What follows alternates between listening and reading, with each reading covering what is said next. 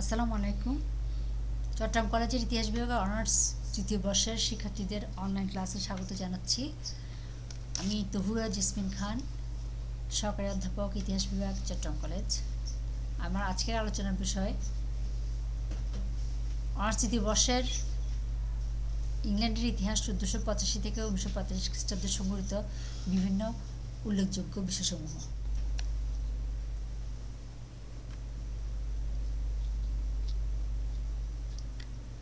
গোলাপের যুদ্ধ বা রোজ ওয়ার্স বা ওয়ার্স অফ রোজেস 1455 খ্রিস্টাব্দ হতে 1427 খ্রিস্টাব্দের মধ্যে সংঘটিত হয়।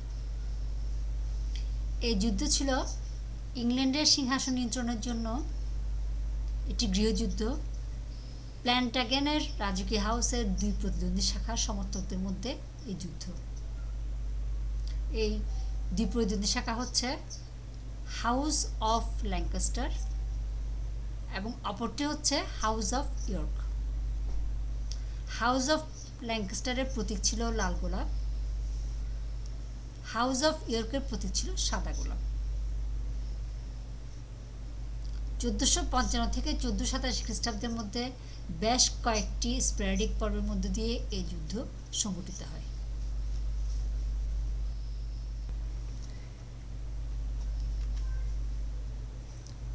পার্লামেন্ট অ্যাক্ট 1911 খ্রিস্টাব্দে। 1910 খ্রিস্টাব্দে ইংল্যান্ডের রাজা সপ্তম এডওয়ার্ডের মৃত্যুর পরে তার পুত্র পঞ্চম জর্জ ইংল্যান্ডের সিংহাসনে আরোহণ করেন। পঞ্চম জর্জের রাজত্বকালের গুরুত্বপূর্ণ কাজ হল 1911 খ্রিস্টাব্দের পার্লামেন্ট আইন। পঞ্চম জর্জের সিংহাসন আরোহণকালে অভ্যন্তরীণ সমস্যাসমূহের মধ্যে ইংল্যান্ডের পার্লামেন্টের দুটি কক্ষ, কমন্স সভা ও লর্ড সভার বিরোধ অন্যতম উল্লেখযোগ্য ছিল। কমন্স সভা ও লর্ড সভার অধিকার ও কর্তব্য সুনির্দিষ্ট ছিল না। কমন্স সভা সাধারণত আইন প্রণয়ন করত, কিন্তু তাতে লর্ড সভার অনুমোদন প্রয়োজন হতো। এতে লর্ড সভা বাধা দিলে আইন প্রণয়ন করতে, বিশেষত বাজেট পাস করতে বিলম্ব ও অসুবিধার সৃষ্টি হতো।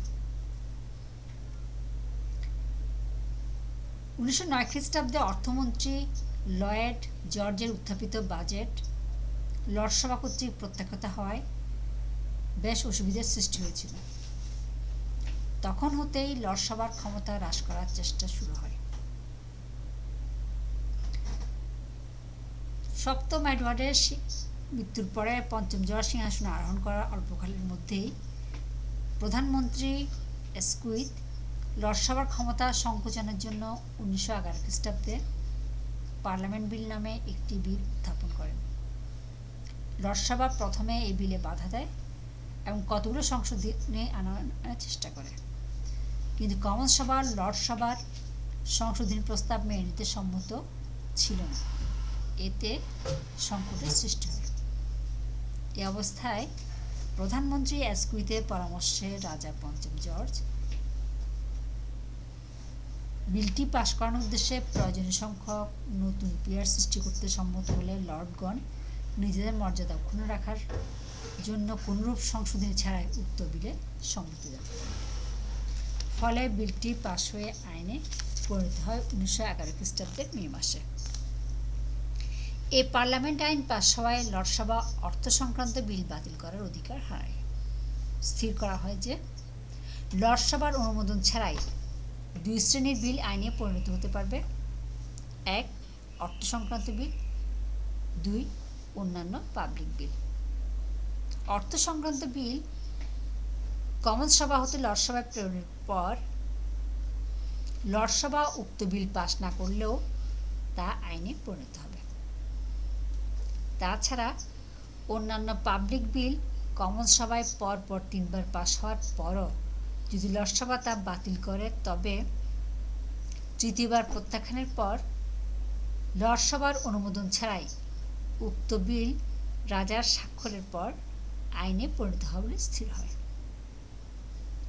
এই আইনে আরও স্থির হয় যে পার্লামেন্টের স্থিতিকাল 7 বছরের পরিবর্তে 5 বছর হবে। এ সময়সীমা লর্ড সভার স্পষ্ট অনুমোদন ছাড়া পরিবর্তন করা যাবে না।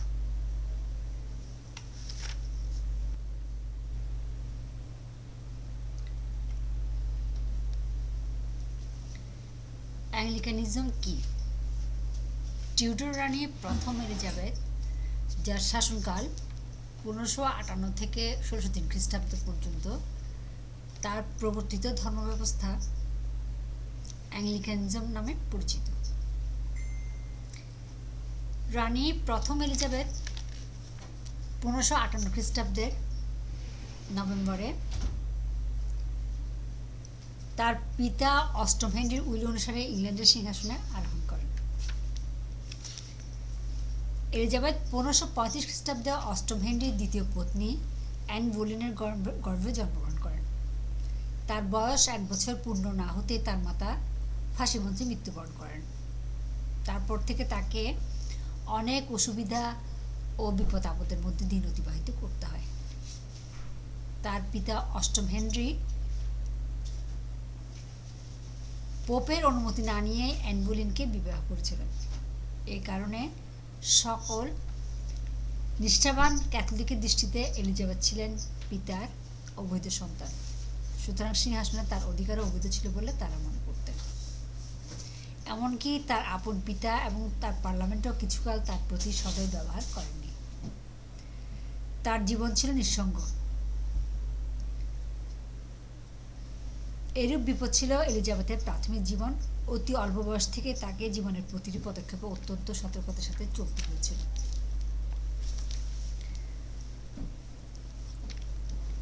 এলিজাবেথ যখন সিংহাসনে আরোহণ করেন তখন ইংল্যান্ডে ক্যাথলিক, প্রোটেস্ট্যান্ট ও পিউরিটান বা চরমপন্থী প্রোটেস্ট্যান্ট এই তিনটি বিবাদমান সম্প্রদায় ছিল। এলিজাবেথ কোনটির প্রতি বিশেষভাবে আকৃষ্ট ছিলেন না, কারণ কোনো ধর্মতেই তার বিশেষ আস্থা ছিল না। তিনি ক্যাথলিকদের আরম্ভ ভালোবাসতেন, কিন্তু যেহেতু ক্যাথলিকদের মধ্যে তার মাতা অ্যান বোলিনের সঙ্গে অষ্টম হেনরির বিবাহ অসিদ্ধ ছিল, সেজন্য তার পক্ষে ক্যাথলিক মতবাদ গ্রহণ করা বা ইংল্যান্ডের পোপের প্রাধান্য স্বীকার করা সম্ভব ছিল না। তাছাড়া প্রোটেস্ট্যান্টদের উপর তার পূর্ববর্তী রানী মেরির নির্যাতনের ফলে প্রোটেস্ট্যান্ট মতবাদের অনুকূলে জনমত ক্রমশ প্রবল হয়ে উঠেছিল। সবচেয়ে বড় কথা, এলিজাবেথের ধর্মতে ছিল টিউডর সুলভ ক্ষমতা হিংসা। সুতরাং ক্যাথলিক ধর্ম গ্রহণ তথা পোপের প্রাধান্য স্বীকার করা তার মতো শাসকের কাম্য ছিল না। এলিজাবেথ ধর্মান্ধ ছিলেন না। ধর্মীয় নীতি প্রণয়ন অপেক্ষা শান্তি, শৃঙ্খলা ও জাতীয় ঐক্য প্রতিষ্ঠাকে তিনি অধিকতর প্রয়োজন মনে করতেন। এ কারণে তিনি ভাবাবেগ দ্বারা পরিচালিত না করে ধর্মনীতিকে রাজনীতির অংশরূপে গ্রহণ করেন এবং রাজনৈতিক দৃষ্টিভঙ্গি নিয়ে ধর্মীয় সমস্যার সমাধানে অগ্রসর হন। তার লক্ষ্য ছিল ধর্ম সমস্যার এমন একটি সমাধান করা যাতে জাতীয় ঐক্য প্রতিষ্ঠিত হয়। তিনি চরমপন্থী প্রোটেস্ট্যান্ট মতবাদ বাদ দিয়ে বুদ্ধপথ অবলম্বন করেন এবং তার মাধ্যমে ক্যাথলিক ও প্রোটেস্ট্যান্ট উভয় সম্প্রদায়ের গ্রহণযোগ্য ধর্মব্যবস্থা প্রচলিত করতে সচেষ্ট হন। এলিজাবেথ 1559 খ্রিস্টাব্দে একটি পার্লামেন্ট আহ্বান করে তার সাহায্যে ধর্ম সমস্যার সমাধানে অগ্রসর হন। এই পার্লামেন্টের দ্বারা তিনি অ্যাক্ট অফ সুপ্রিমেসি পাশ করে ইংল্যান্ড থেকে পোপের কর্তৃত্ব পুনরায় বিনষ্ট করেন। এলিজাবেথ ক্যাথলিক সম্প্রদায়কে সন্তুষ্ট করার জন্য তার পিতা অষ্টম হেনরির গির্জার সর্বোচ্চ কর্তা বা প্রভুর যে উপাধি ছিল তা বর্জন করে নিজেকে রাজনীতি ও ধর্ম সম্পর্কীয় সকল বিষয়ের ও ব্যক্তির প্রধান শাসনকর্ত্রী বলে ঘোষণা করেন। অন্য কথায় বলা যায় যে এলিজাবেথ রাজ্যের সকল বিভাগের সুপ্রিম গভর্নর বা মুখ্য শাসনকর্ত্রী উপাধি গ্রহণ করেন। তিনি মঠগুলো পুনরায় রহিত করেন, ষষ্ঠ এডওয়ার্ডের দ্বিতীয় প্রার্থনা পুস্তককে কিছু সংশোধিত আকারে পুনঃপ্রবর্তন করেন, একটি ঐক্য বিধায়ক বিধি পাশ করে ইংলিশ চার্চে বাধ্যতামূলকভাবে তা ব্যবহারের নির্দেশ দেন। ষষ্ঠ এডওয়ার্ডের ধর্মের 42 সংখ্যাকে কিঞ্চিত পরিবর্তন বা হ্রাস করে ইংল্যান্ডের নতুন প্রোটেস্ট্যান্ট চার্চের ধর্মমত হিসেবে ধর্মের 39টি সংজ্ঞা নামে পুনরায় বিধিবদ্ধ করেন। তাছাড়া ক্যাথলিকদের মতানুযায়ী আর্চবিশপ, বিশপ প্রভৃতি যাজকীয় পদ এবং কতগুলো আচার অনুষ্ঠান বহাল রাখা হয়। এরূপে এলিজাবেথ মধ্যপন্থা অবলম্বন করে ধর্ম সমস্যার সমাধান করেন। তার এই ব্যবস্থা ইংল্যান্ডের ইতিহাসে অ্যাংলিকানিজম নামে পরিচিতি লাভ করে। আপাতদৃষ্টিতে এলিজাবেথের এই ধর্মনীতিতে বিশেষ কোনো মৌলিকত্ব দেখতে পাওয়া যায় না। এটি ছিল অতীত ভাবধারার পরিণতি, কিন্তু ভবিষ্যৎ পরিণতির দিক দিয়ে বিচার করলে এলিজাবেথের ধর্মনীতিকে জাতীয় প্রগতির সূচনা বলে বর্ণনা করতে হয়। ধর্মীয় ব্যাপারে এলিজাবেথ ব্যাপক সহিষ্ণুতা প্রদর্শন করেন। ইংল্যান্ড তার এই উদারতার ফলে সমসাময়িক ইউরোপের তুলনায় ধর্ম সংক্রান্ত অন্তর্দতের হাত থেকে নিষ্কৃতি লাভ করে। তার ব্যবস্থা দেশের সংখ্যাগরিষ্ঠ জনসাধারণের সমর্থন লাভ করে। কেবল কিছু সংখ্যক চরমপন্থী প্রটেস্ট্যান্ট ছাড়া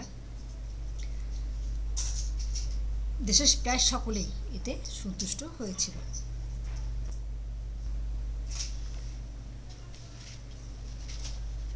পিটিশন অফ রাইটস কি? আমরা জানি ইংল্যান্ডের ইতিহাসে 3টি যুগ শাসনকাল অন্তর্ভুক্ত: টিউডর যুগ, স্টুয়ার্ট যুগ, হ্যানোভার যুগ। পিটিশন অফ রাইটস হলো স্টুয়ার্ট যুগের রাজা প্রথম চার্লসের সময়কালের একটি অধিকারের আবেদনপত্র। প্রথম চার্লসের রাজত্বকালের উল্লেখযোগ্য ঘটনা পার্লামেন্টের সাথে রাজার বিরোধ। প্রথম চার্লস 1625 খ্রিস্টাব্দে ইংল্যান্ডের সিংহাসনে আরোহণ করেন। 1625 খ্রিস্টাব্দে তিনি প্রথম পার্লামেন্ট আহ্বান করেন। 1626 খ্রিস্টাব্দে তিনি দ্বিতীয় পার্লামেন্ট আহ্বান করেন। 1628 খ্রিস্টাব্দের মার্চ মাসে প্রথম চার্লস তৃতীয় পার্লামেন্ট আহ্বান করেন। তৃতীয় পার্লামেন্টের সদস্য ছিলেন ইলিয়ট, ফোক, Thomas Wentworth, Hampden, Pym, Oliver Cromwell প্রমুখ বিখ্যাত নেতা। এই পার্লামেন্ট আহ্বান করার পূর্বে চার্লস অর্থমঞ্জুরির আশায় অনুকূল পরিস্থিতি সৃষ্টি করার জন্য কারারুদ্ধ ব্যক্তিদের মুক্তি দেন, কিন্তু পার্লামেন্ট সবার আগে পিটিশন অফ রাইটস বা অধিকারের আবেদন নামে এক আবেদনপত্র উভয় কক্ষে পাশ করে রাজার কাছে পেশ করে। এই আবেদনপত্রে 4টি দাবি ছিল: 1. রাজা জোর করে ঋণ, দান, নজরানা বা অনুরূপ কোনো অর্থ আদায় করতে এবং পার্লামেন্টের অনুমোদন ছাড়া কোনো কর প্রবর্তন কিংবা আদায় করতে পারবেন না। 2. রাজা কোনো ব্যক্তিকে বিনা কারণে বা বিনা বিচারে আটক রাখতে পারবেন না। 3. কোনো গৃহস্থের ঘরে সৈন্য মোতায়েন করা ও সৈন্যের ভরণ পোষণের দায়িত্ব অর্পণ করা চলবে না। 4.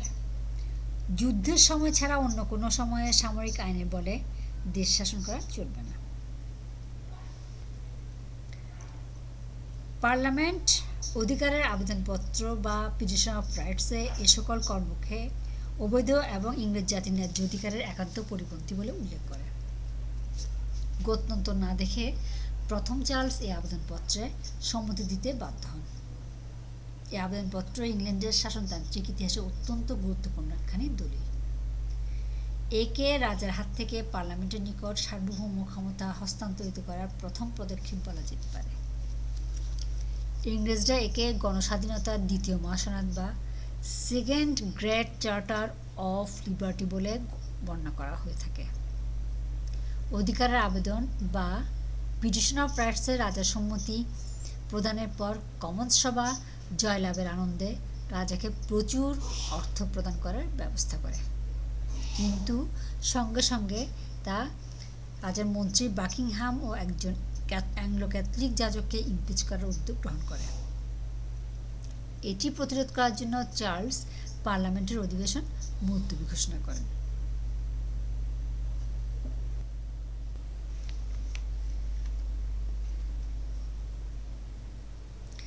জ্যাকোবাইট বিদ্রোহের ইতিহাস। 1714 খ্রিস্টাব্দে স্টুয়ার্ট বংশের শেষ প্রোটেস্ট্যান্ট শাসক রানী অ্যান নিঃসন্তান অবস্থায় মারা গেলে অ্যাক্ট অফ সেটেলমেন্টের শর্তানুযায়ী প্রথম জেমসের দৌহিত্রী সোফিয়ার পুত্র জার্মানির হ্যানোভার রাজ্যের ইলেক্টর জর্জ লুইস প্রথম জর্জ নামে ইংল্যান্ডের সিংহাসনে আরোহণ করেন। তিনি ইংল্যান্ডের হ্যানোভার বংশীয় প্রথম রাজা।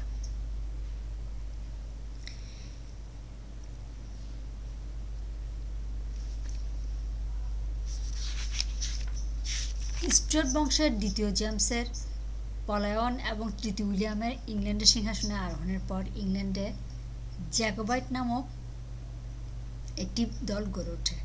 তারা ছিল স্টুয়ার্ট রাজা দ্বিতীয় জেমসের ভক্ত। ইংরেজি জেমস কথাটিকে ল্যাটিন ভাষায় জ্যাকোবাস বলা হয়। এ থেকে জ্যাকোবাইট কথাটির উৎপত্তি। তাই দ্বিতীয় জেমসের অনুসারীরা জ্যাকোবাইটস নামে পরিচিতি লাভ করে। জ্যাকোবাইটরা তৃতীয় উইলিয়ামকে রাজ্যচ্যুত করার জন্য কয়েকটি ষড়যন্ত্র করে ব্যর্থ হয়। পরবর্তীতে তারা অ্যাক্ট অফ সেটেলমেন্টের উত্তরাধিকার ব্যবস্থার অর্থাৎ হ্যানোভার রাজবংশের উত্তরাধিকারের বিরোধী ছিলেন এবং দ্বিতীয় জেমসের পুত্র পৌত্রের উত্তরাধিকার সমর্থন করত।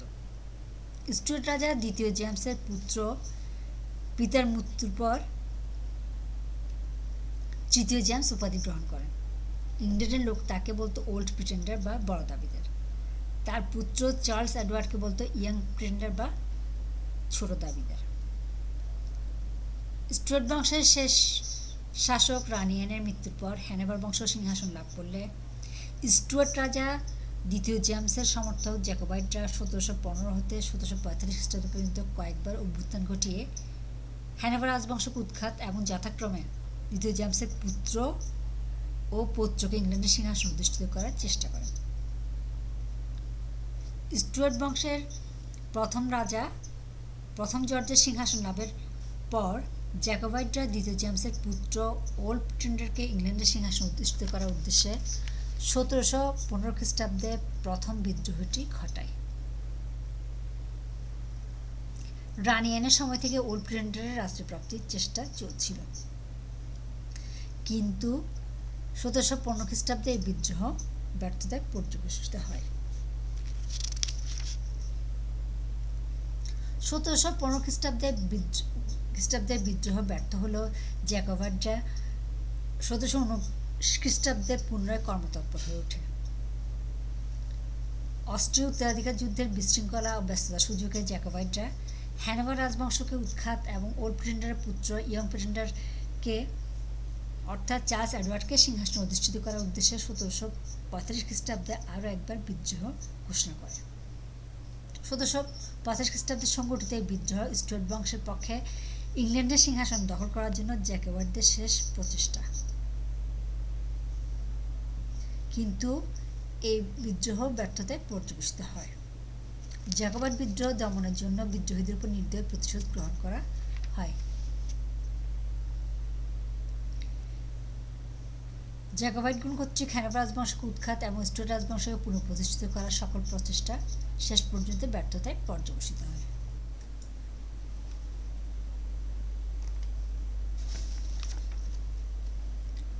উনিশশো 14 খ্রিস্টাব্দ থেকে 1918 খ্রিস্টাব্দ পর্যন্ত সংগঠিত প্রথম বিশ্বযুদ্ধের প্রত্যক্ষ কারণসমূহ। 1914 খ্রিস্টাব্দের জুন মাসে অস্ট্রিয়ার যুবরাজ আর্চ ডিউক ফার্ডিন্যান্ড সস্ট্রিক বসনিয়ার রাজধানী সারাজেভোতে ভ্রমণ করতে গিয়ে জৈনক যুবকের হাতে নিহত হন। হত্যাকারী জাতিতে সার্বিয়ান ছিল বলে অস্ট্রিয়া সরকার সার্বিয়ানদেরকে হত্যাকাণ্ডের জন্য দায়ী করে। অস্ট্রিয়া সরকার সার্বিয়ানদেরকে গুপ্তঘাতকের জাতি বলে অভিহিত করে। বহুদিন পূর্ব থেকে অস্ট্রিয়ার লোলুপ দৃষ্টি সার্বিয়ার উপর নিবদ্ধ ছিল। সারাজেভোর হত্যাকাণ্ডে উক্ত রাজ্যটি দখল করার অপূর্ব সুযোগ লাভ করে অস্ট্রিয়া জার্মানির প্ররোচনায় সার্বিয়া কর্তৃপক্ষের নিকট এক চরমপত্র লিখে দাবি করে যে অস্ট্রিয়ান কর্মচারীদেরকে সার্বিয়া রাজ্যে প্রবেশ করে উক্ত হত্যাকাণ্ডে সংশ্লিষ্ট অপরাধীদের বিচার করতে দিতে হবে। এই পত্রে আরও অনেক অবমাননাকর শর্ত ছিল এবং লেখা ছিল যে 48 ঘন্টার মধ্যে অনুকূল উত্তর না পেলে অস্ট্রিয়া সার্বিয়ার বিরুদ্ধে যুদ্ধ ঘোষণা করবে। ইংল্যান্ড, ফ্রান্স ও রাশিয়া এই চরমপত্রের মেয়াদ বৃদ্ধি করার চেষ্টা করে ব্যর্থ হয়। সার্বিয়া চরমপত্রের শর্তগুলোর অধিকাংশ মেনে নেয়, শুধু তার সার্বভৌমত্বের প্রতিবন্ধক শর্তগুলো স্বীকার করতে অস্বীকার করে।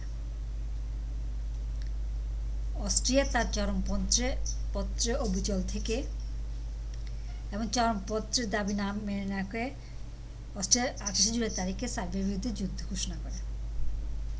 অস্ট্রিয়া কর্তৃক সার্বিয়ার বিরুদ্ধে যুদ্ধ ঘোষণার ফলে ইউরোপের দারুণ প্রতিক্রিয়া দেখা দেয়।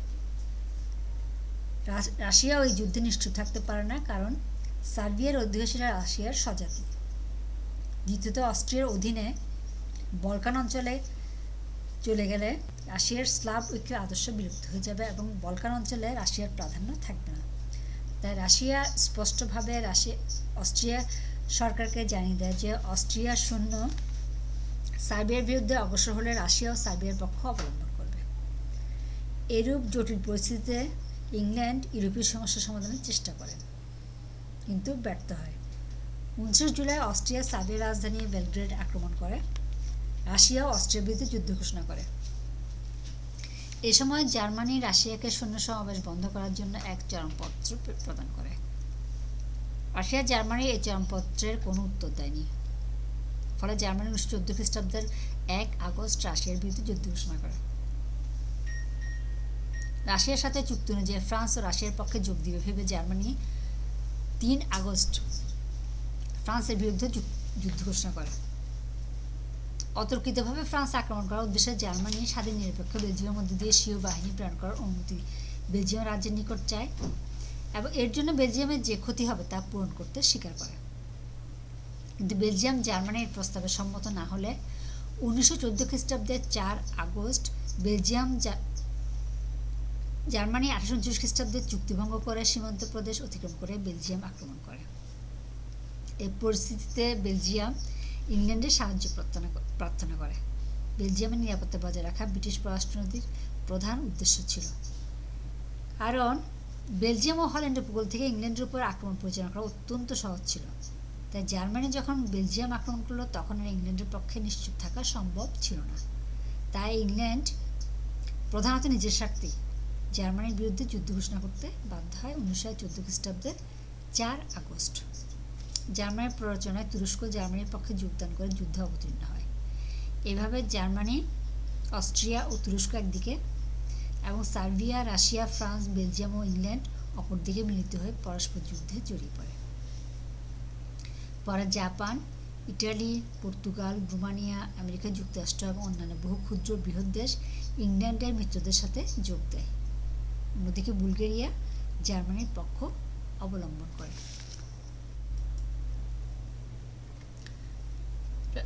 রেস্টোরেশন বা রাজতন্ত্রের পুনঃপ্রতিষ্ঠা। স্টুয়ার্ট রাজা প্রথম চার্লস 1649 খ্রিস্টাব্দের 30 জানুয়ারি প্রাণদণ্ডে দণ্ডিত হন। তার প্রাণদণ্ডের পর সেনাবাহিনী নিয়ন্ত্রিত ট্রাম্প পার্লামেন্ট ইংল্যান্ডের শাসনতান্ত্রিক ব্যবস্থা থেকে রাজতন্ত্র ও লর্ডসভার উচ্ছেদ করে ইংল্যান্ডকে একটি কমনওয়েলথ বা সাধারণতন্ত্র বলে ঘোষণা করে।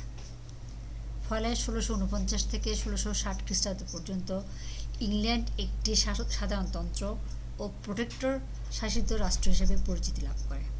কিন্তু এই ব্যবস্থাও শেষ পর্যন্ত ব্যর্থ হয় এবং ইংলিশ পার্লামেন্ট ও ইংল্যান্ডের জনগণ 1660 খ্রিস্টাব্দে প্রথম চার্লসের পুত্র দ্বিতীয় চার্লসকে আমন্ত্রণ জানিয়ে পুনরায় সিংহাসনে প্রতিষ্ঠিত করেন। এরূপে ইংল্যান্ডে পুনরায় রাজতন্ত্রের প্রবর্তন হয়। স্টুয়ার্ট রাজবংশের বা রাজতন্ত্রের এই পুনঃপ্রতিষ্ঠায় ইংল্যান্ডের ইতিহাসে রেস্টোরেশন বা রাজতন্ত্রের পুনঃপ্রতিষ্ঠা নামে অভিহিত। ইংল্যান্ডের ইতিহাসে রেস্টোরেশন একটি অত্যন্ত গুরুত্বপূর্ণ ঘটনা, কারণ এটা ইংল্যান্ডের জাতীয় জীবনের বিভিন্ন ক্ষেত্রে ব্যাপক পরিবর্তন আনয়ন করে। পার্লামেন্ট ও সেনাবাহিনীর মধ্যে অন্তর্বিরোধের ফলে দেশের শান্তি ও মর্যাদা বিনষ্ট হওয়ায় সাধারণ জনগণ সেনাবাহিনী ও প্রোটেক্টরদের শাসনের অবসান আন্তরিকভাবে কামনা করেছিল। এজন্য তারা প্রথম চার্লসের অত্যাচার ভুলে গিয়ে তার পুত্র দ্বিতীয় চার্লসকে সাদরে গ্রহণ করে। এরপর রেস্টোরেশনের ফলে রাজতন্ত্রের প্রতি ঘৃণার স্থলে রাজার প্রতি আন্তরিক আনুগত্য পুনঃপ্রতিষ্ঠিত হয়।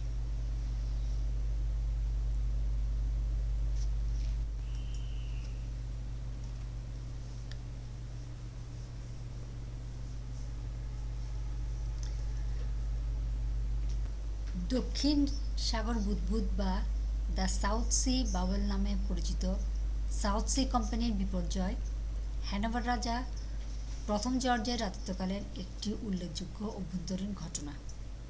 দক্ষিণ আমেরিকার সঙ্গে ইংল্যান্ডের বাণিজ্য করার জন্য 1711 খ্রিস্টাব্দে সাউথ সি কোম্পানি নামে একটি কোম্পানি গঠিত হয়েছিল।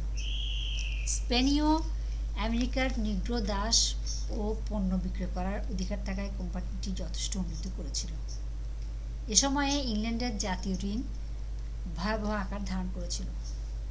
1719 খ্রিস্টাব্দে উক্ত কোম্পানি স্পেনীয় আমেরিকায় একচেটিয়া বাণিজ্য অধিকারের পরিবর্তে জাতীয় ঋণ পরিশোধ করার প্রস্তাব করে। সরকারের কিছু মন্ত্রী উৎকোচ গ্রহণ করে সে প্রস্তাবে সম্মতি দান করেন। সরকার কোম্পানিটির প্রস্তাব গ্রহণ করায় স্বাভাবিকভাবে কোম্পানির গুরুত্ব বেড়ে যায় এবং জনসাধারণ এই কোম্পানির শেয়ার ক্রয় করতে ব্যগ্র হয়ে পড়ে। সাউথ সি কোম্পানি 10 লক্ষ পাউন্ডের শেয়ার বাজারে ছাড়ে। কোম্পানির গুরুত্ব বৃদ্ধির সঙ্গে সঙ্গে তার শেয়ারের দামও অনেক বৃদ্ধি পায়। 100 পাউন্ডের শেয়ার সহস্র পাউন্ডের দরে বিক্রি হতে থাকে। জনসাধারণ যার যেমন সামর্থ্য ছিল জমি জমা বেচে কোম্পানির শেয়ার ক্রয় করে। এই কোম্পানির দ্রুত উত্থান দেখে এ সময় কয়েকটি ভুয়া কোম্পানি গঠিত হয়, যেগুলোর উদ্দেশ্য ছিল জনসাধারণকে প্রতারিত করা। সুতরাং তাদের জোট চুরি ধরা পড়লে সেগুলোর পতন হয়। এতে লোকে আসল সাউথ সি কোম্পানির উপর আস্থা হারিয়ে ফেলে। ফলে কোম্পানির শেয়ার বাজার দ্রুত পড়ে যায়। সহস্র পাউন্ডের শেয়ার 135 পাউন্ডে নেমে যায়। এতে বহু লোক সর্বশান্ত হয়ে পড়ে।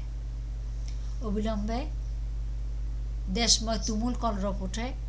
মন্ত্রীদের উৎকোচ গ্রহণের কথা প্রকাশ হয়ে পড়ে। মন্ত্রিসভা ভেঙে যায়, মুখ্যমন্ত্রী বন্দী হন এবং অন্যতম মন্ত্রী আত্মহত্যা করেন। জাতির এই দুর্দিনে কোম্পানি ও ক্ষতিগ্রস্ত অংশীদারকে রক্ষা করার জন্য রবার্ট ওয়ালপোলকে আহ্বান করা হয়। তিনি মন্ত্রিত্ব গ্রহণ করেন। 1721 খ্রিস্টাব্দে ওয়ালপোলের নেতৃত্বে নতুন হুইগ মন্ত্রিসভা কার্যভার গ্রহণ করে। মন্ত্রিসভার দায়িত্ব গ্রহণ করে ওয়ালপোল ধীরে ধীরে সাউথ সি কোম্পানি গঠিত অর্থনৈতিক বিপর্যয় থেকে জাতিকে উদ্ধার করেন। এই কোম্পানির উত্থান ও পতন দ্রুত সংঘটিত হয়েছিল বলে একে বুদ্বুদের সাথে তুলনা করা হয়েছে।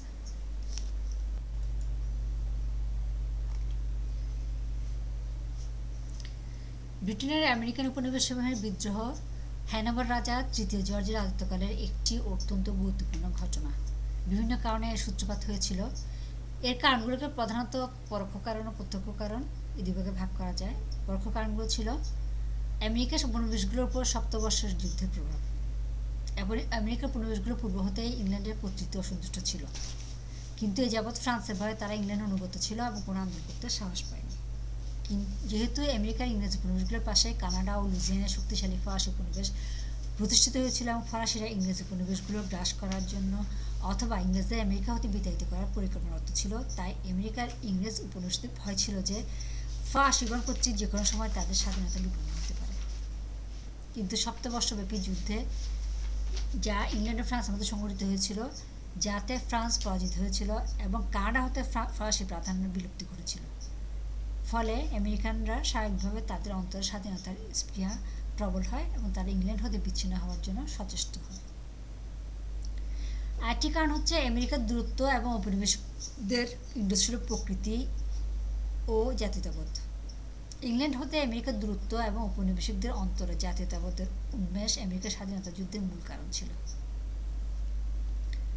ঔপনিবেশিকরা ইংরেজদেরই বংশধর ছিল, সুতরাং তাদের ইংরেজ সুলভ উদ্যম উদ্দীপনা, নিজ অধিকার সম্বন্ধে চেতনা এবং জাতীয়তাবোধ তাদের ইংরেজ প্রাধান্য অস্বীকার করতে উদ্বুদ্ধ করেছিল।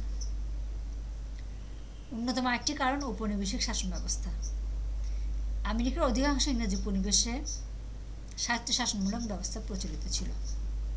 এই উপনিবেশগুলোর গভর্নররা নিযুক্ত হতেন ইংল্যান্ডের কর্তৃপক্ষ কর্তৃক, কিন্তু তাদেরকে কাজ করতে হতো নিজ নিজ এলাকার নির্বাচিত আইন পরিষদের সঙ্গে। ফলে গভর্নর ও আইন পরিষদের মধ্যে প্রায় কলহ লেগে থাকত। ঔপনিবেশিক বাণিজ্য নীতি আমেরিকার উপনিবেশসমূহের বিদ্রোহের অন্যতম কারণ। উপনিবেশগুলোতে ব্যবসা বাণিজ্যে একচেটিয়া অধিকার বজায় রাখা এবং কেবল ইংল্যান্ডের স্বার্থে উপনিবেশিকদের অর্থনৈতিক জীবন নিয়ন্ত্রণ করা ছিল তৎকালীন ব্রিটিশ সরকারের উপনিবেশিক নীতি।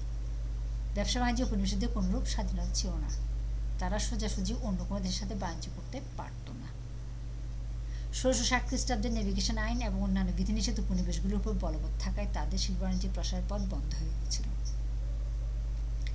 সাহিত্য শাসনে অভ্যস্ত ও ধন সম্পদে সমৃদ্ধ আমেরিকাবাসীরা এতে ক্ষোভ প্রকাশ করতে শুরু করে।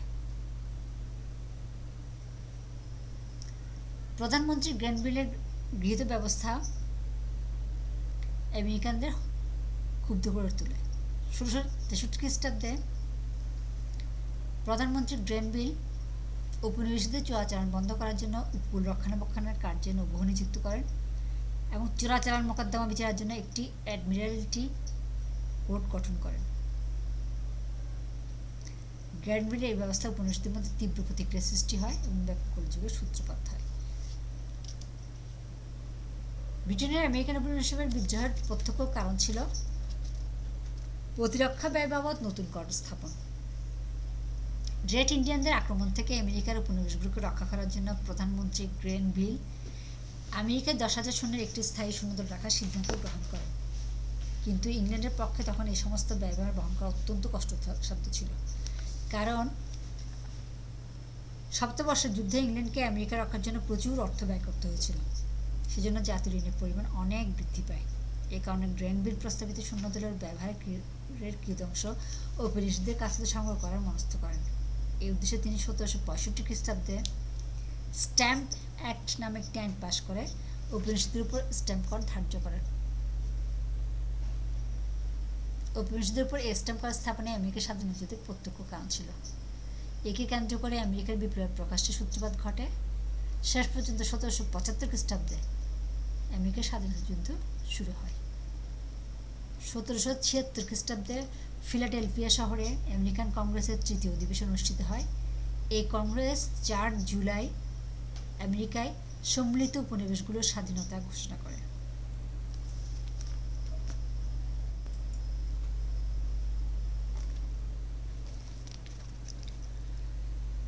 পনেরোশো 58 খ্রিস্টাব্দে টিউডর রানী প্রথম এলিজাবেথ সিংহাসন লাভ করার পর থেকে স্পেনের রাজা দ্বিতীয় ফিলিপের সাথে ভালো সম্পর্ক রাখার চেষ্টা করেন। এলিজাবেথ জানতেন যে তার সিংহাসন আরোহণকালে ইংল্যান্ড অত্যন্ত দুর্বল ছিল। সে অবস্থায় তিনি কোনো ক্রমে স্পেনের বিরুদ্ধে যুদ্ধ চালাতে পারতেন না। তাছাড়া ইংল্যান্ড ইতিমধ্যেই ফ্রান্সের সাথে যুদ্ধে জড়িয়ে পড়ে।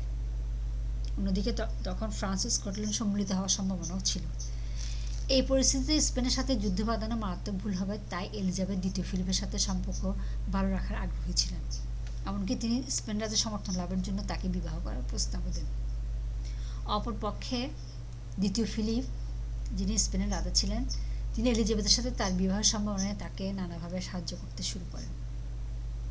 তিনি ইংল্যান্ডে স্পেনীয় রাষ্ট্রদূতকে এলিজাবেথের নিরাপত্তার দিকে লক্ষ্য রাখার নির্দেশ দেন।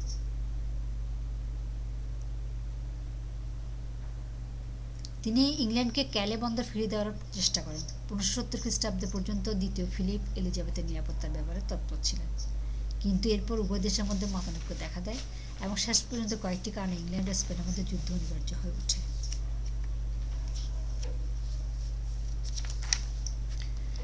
দ্বিতীয় ফিলিপ 1 বছরের মধ্যে ইংল্যান্ড আক্রমণের জন্য একটি বিশাল নৌবহর প্রস্তুত করতে সক্ষম হন। স্পেনের এই অজয় নৌবহরে, যা স্পেনিশ আর্মাডা নাম পরিচিত ছিল, তাতে 130টি জাহাজ, 8,000 নাবিক, 19,000 সৈন্য ছিল। স্পেনীয় নৌবহরের অধিনায়ক ছিলেন ডিউক অফ মেডিনা সিডোনিয়া। কয়েক সহস্র সৈন্যসহ স্পেনীয় সেনাপতি পার্মা নেদারল্যান্ডে অপেক্ষা করছিলেন। স্পেন রাজা এই প্রস্তুতি গ্রহণের সংবাদ শুনে কার্ডিজ বন্দরের মতো স্পেনীয় জাহাজসমূহের ধ্বংসসাধনের জন্য ফ্রান্সিস ড্রেক রানী এলিজাবেথের নিকট স্পেনে যাওয়ার অনুমতি চাইলেন। এলিজাবেথ ড্রেকের প্রস্তাব প্রত্যাখ্যান করেন। এলিজাবেথ আক্রমণকারীর বিরুদ্ধে যুদ্ধে তাকে সাহায্য করার জন্য ইংরেজদের প্রতি আবেদন জানান। ইংল্যান্ডের প্রটেস্ট্যান্ট ও ক্যাথলিকরা তাদের মধ্যকার বিরোধ ভুলে গিয়ে রানীর এই আহ্বানে সাড়া দেন। ইংল্যান্ডের নৌবহরে 34টি যুদ্ধজাহাজ, 160টি বাণিজ্য জাহাজ ছিল এবং 15,000 সৈন্য ছিল। লর্ড হাওয়ার্ড ইংল্যান্ডীয় নৌবহরের অধিনায়ক ছিলেন। সংখ্যা ইংরেজদের জাহাজ বেশি হলেও সেগুলো স্পেনের জাহাজের চেয়ে ছোট ছিল। স্প্যানিশ আর্মাডা পোপের আশীর্বাদ নিয়ে ইংল্যান্ড আক্রমণের উদ্দেশ্যে 1588 খ্রিস্টাব্দে 20 মে লিসবন থেকে যাত্রা শুরু করে এবং 20 জুলাই ইংলিশ চ্যানেলে প্রবেশ করে। ইংল্যান্ডের নৌবহর প্রথমে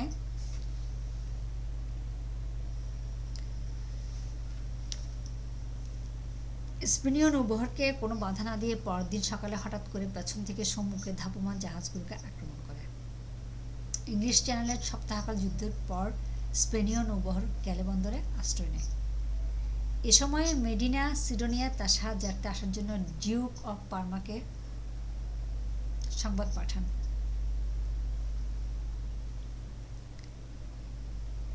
কিন্তু কতগুলি ইংলিশ জাহাজে আগুন ধরিয়ে স্পেনের নৌবহরের মধ্যে প্রবেশ করে আগুন লাগার ভয়ে স্পেনের জাহাজগুলো বিশৃঙ্খলভাবে পালাতে শুরু করে।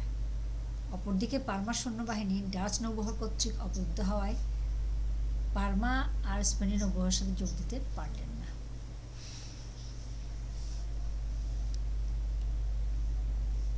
অতঃপর তারা এক ভীষণ ঝড়ের কবলে পড়ে এবং তাদের জাহাজ বিনষ্ট হয়। এই অবস্থায় মেডিনা সিডোনিয়াকে বাধ্য হয়ে স্কটল্যান্ডে ঘুরে দেশে ফিরতে হয়। পরাজিত স্প্যানিশ নৌবহরে মাত্র 63টি জাহাজ স্পেনে ফিরে যেতে পারে। ইংল্যান্ডের ইতিহাসে স্প্যানিশ আর্মাডার পরাজয় একটি তাৎপর্যপূর্ণ ঘটনা, কারণ স্পেনের নৌবহরের পরাজয়ের ফলে স্পেন সাম্রাজ্য ক্রমশ অবনতির পথে অগ্রসর হয়। স্পেনের পক্ষে স্পেন অধিকৃত বিস্তীর্ণ সাম্রাজ্য রক্ষা করা অসম্ভব হয়ে পড়ে। যুদ্ধের পর সমুদ্রবক্ষে স্পেনের প্রাধান্য নষ্ট হয়। অপরদিকে অজেয় নৌবহরের পতনের পর ইংল্যান্ডের ভবিষ্যতের ভিত্তি সুদৃঢ়ভাবে স্থাপিত হয় এবং সমুদ্রে ইংল্যান্ডের প্রাধান্য ও বিশ্ব বাণিজ্যে আধিপত্য স্থাপনের সূচনা ঘটে। 1588 খ্রিস্টাব্দে স্পেনের পরাজয় এবং ইংল্যান্ডের জয় হওয়া বৈদেশিক নীতিতে এলিজাবেথের বিচক্ষণতায় প্রমাণিত হয়। স্প্যানিশ আর্মাডার পতনের পর ইউরোপের সর্বত্র ইংল্যান্ডের সম্মান ও প্রতিপত্তি বৃদ্ধি পায় এবং ইউরোপীয় রাষ্ট্রসমূহের মধ্যে ইংল্যান্ড একটি বিশিষ্ট স্থান অধিকার করতে সক্ষম হয়।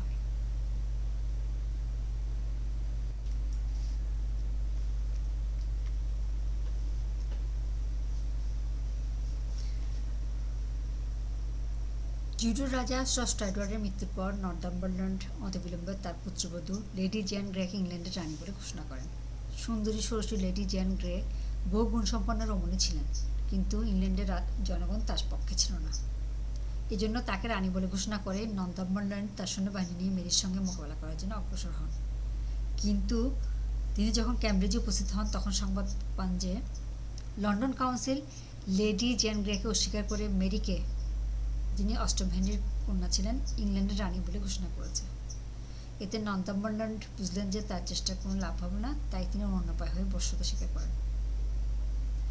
প্রজারা তার এই পরাজয়ের কথা জেনে অত্যন্ত আনন্দিত হয় এবং তাদের আনন্দের মধ্য দিয়েই মেরি ইংল্যান্ডের সিংহাসন আরোহণ করেন 1553 খ্রিস্টাব্দে।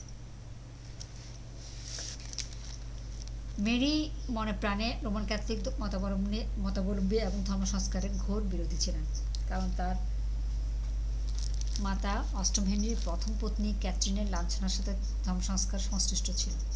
তিনি মায়ের অবমাননা কখনো বিস্তৃত হননি। এই জন্য ধর্ম সংস্কার উচ্ছেদ সাধন এবং রোমান ক্যাথলিক ধর্মের পুনঃপ্রতিষ্ঠা করার উদ্দেশ্য নিয়ে তিনি সিংহাসনে আরোহণ করেন। এই কার্য সাধনা অনেক বাধা বিপত্তির সম্মুখীন হতে হবে জেনে তিনি শক্তি সঞ্চয়ের উদ্দেশ্যে স্পেনের গোঁড়া ক্যাথলিক রাজা দ্বিতীয় ফিলিপের সাথে বিবাহ প্রস্তাব গ্রহণ করেন। 1554 খ্রিস্টাব্দে ফিলিপ ইংল্যান্ডে আগমন করেন এবং ওই বছরেই উইনচেস্টার চার্চে তার সঙ্গে মেয়ের বিবাহ ক্যাথলিক ধর্ম অনুযায়ী সম্পন্ন হয়। এই বিয়ে সম্পন্ন হয় ইংরেজরা এখন স্পেনকে ভীতির চোখে দেখতে শুরু করে। দ্বিতীয় ফিলিপের সাথে মেরির বিয়ের ফলে মেরি ইংল্যান্ডে পোপের প্রাধান্য পুনঃস্থাপন করতে ও প্রোটেস্ট্যান্ট মতাবলম্বীদেরকে শাস্তি দিতে নিজেকে অধিক শক্তিশালী মনে করেন। মেরি নিজে পোপের আনুগত্য স্বীকার করে ইংল্যান্ডে পুনরায় পোপের প্রাধান্য স্থাপন করেন। অতঃপর কার্ডিনাল পল পোপের প্রতিনিধি হিসেবে ইংল্যান্ডে পদার্পণ করেন।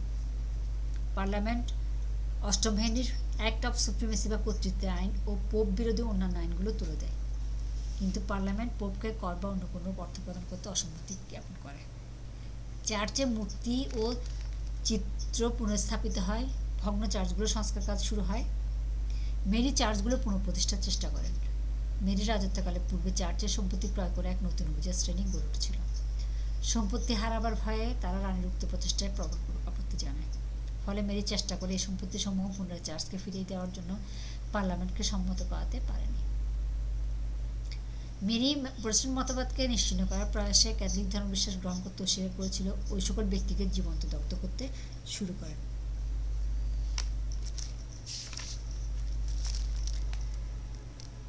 নামকরা প্রশ্নের মধ্যে রোজার্স এবং হুপার নামে দুজন ধর্মাচার্য জীবন্ত দগ্ধ হন। ল্যাটিমার ও রিডলে নামক আরও দুজন খ্যাতনামা ধর্মাচার্যের প্রাণ যায়। কথিত আছে যে বদ্ধভূমিতে রিডলের চোখমুখে হতাশার ভাব লক্ষ্য করে ল্যাটিমার বলে ওঠেন, মানুষের মতো দণ্ডদাস গ্রহণ করুন মাস্টার রিডলে। অগ্নিশিখায় প্রাণ দিয়ে আজ আমরা দেশময় যে আলোক সম্পাদ করব তা আর কখনো নির্বাপিত হবে না। ল্যাটিমার ও রিডলের সঙ্গে আর্চ বিশপ ক্র্যানমারের বিচার হয়েছিল। এক দুর্বল মুহূর্তে তিনি ধর্মত্যাগ করার প্রতিশ্রুতিপত্রে স্বাক্ষর দিয়ে ক্ষমা চেয়েছেন, কিন্তু পরে বিবেকের দর্শনে তিনি সে অঙ্গীকারপত্র প্রত্যাহার করেন। তারপর বদ্ধভূমিতে এসে ক্র্যানমার ডান হাত অগ্নিশিখার মধ্যে প্রবেশ করিয়ে বলে ওঠেন যে পাপস্থায় আমি অঙ্গীকারপত্রে স্বাক্ষর দিয়েছিলাম আগে তারই শাস্তি হোক। এরূপে মেরির শাসনকালে 3 বছরে 509 ব্যক্তিকে পুড়িয়ে মারা হয়। রানীর এই নির্মমতার জন্য সকলের নিকট তিনি ব্লাডি মেরি নামে আখ্যায়িত হন। যে স্থির ধৈর্যের সঙ্গে ধর্মপ্রাণ ব্যক্তিরা নিজ নিজ ধর্মের জন্য সর্বসমক্ষে মৃত্যুবরণ করেছিলেন, তাতে প্রটেস্ট্যান্ট ধর্ম মতে জনগণের শ্রদ্ধা ভীষণভাবে বৃদ্ধি পায়। অপরপক্ষে রানীর স্থিরতা তাদেরকে ক্যাথলিক ধর্মের প্রতি বীতশ্রদ্ধ করত।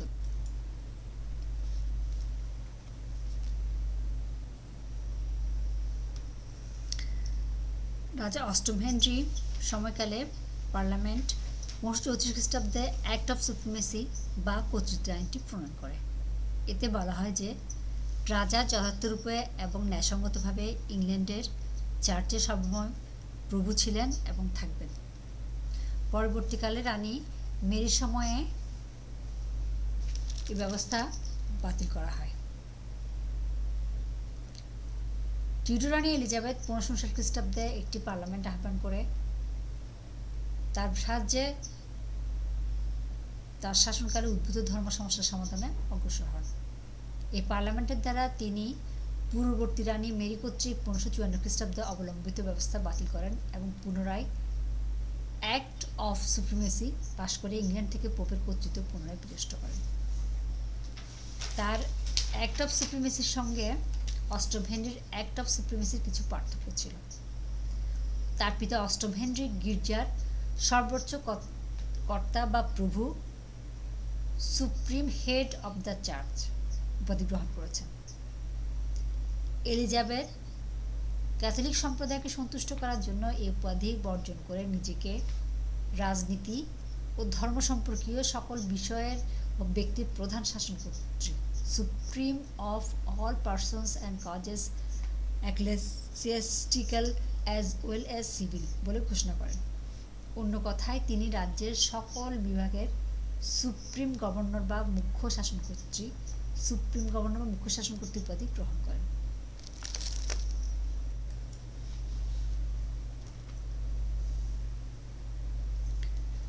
Court of high commission Tudor রানী প্রথম এলিজাবেথের সময়কালের ব্যাপক ক্ষমতা সম্পন্ন একটি বিচারালয়। এলিজাবেথ 1559 খ্রিস্টাব্দে একটি পার্লামেন্ট আহ্বান করেন। এই পার্লামেন্টের মাধ্যমে তিনি অ্যাক্ট অফ সুপ্রিমেসি উপাধি গ্রহণ করেন। তিনি তার পূর্ববর্তী রাজা ষষ্ঠ এডওয়ার্ডের দ্বিতীয় প্রার্থনা পুস্তকে কিছু সংশোধিত আকারে পুনঃপ্রবর্তন করেন। তিনি বিধায়ক বিধি নামে একটি আইন পাশ করে ইংলিশ চার্চে বাধ্যতামূলকভাবে ব্যবহারের নির্দেশ দেন।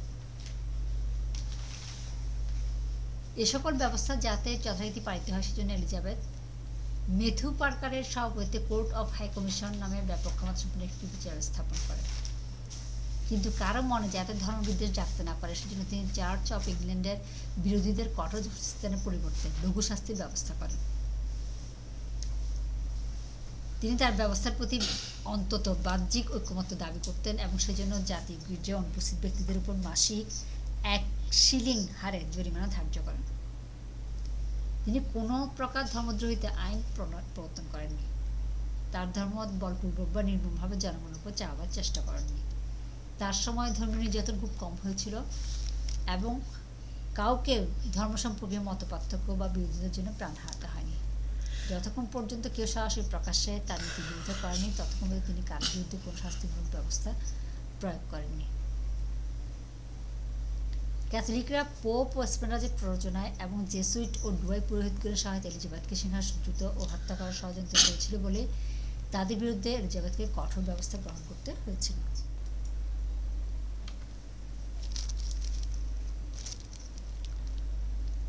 1685 খ্রিস্টাব্দে স্টুয়ার্ট বংশের রাজা দ্বিতীয় চার্লসের মৃত্যু হলে তার ভাই দ্বিতীয় জেমস ইংল্যান্ডের সিংহাসনে আরোহণ করেন। ইংল্যান্ডের ক্যাথলিক ধর্ম পুনঃপ্রতিষ্ঠার উদ্দেশ্যে স্টুয়ার্ট রাজা দ্বিতীয় জেমসের স্বেচ্ছাচারী কার্যাবলী 1688 খ্রিস্টাব্দের বিপ্লবের কারণ। ক্যাথলিক ধর্মতে পুনঃপ্রতিষ্ঠা এবং স্বেচ্ছাচারী রাজতন্ত্র স্থাপনে ছিল গোড়া ক্যাথলিক রাজা দ্বিতীয় জেমসের প্রধান লক্ষ্য। এই লক্ষ্য অর্জনের জন্য তিনি জনমতের তোয়াক্কা না করে দেশের প্রচলিত আইন ভঙ্গ করে একের পর এক স্বৈরাচারী ব্যবস্থা গ্রহণ করতে থাকেন। এর ফলে 1688 খ্রিস্টাব্দে বিপ্লব সংঘটিত হয়।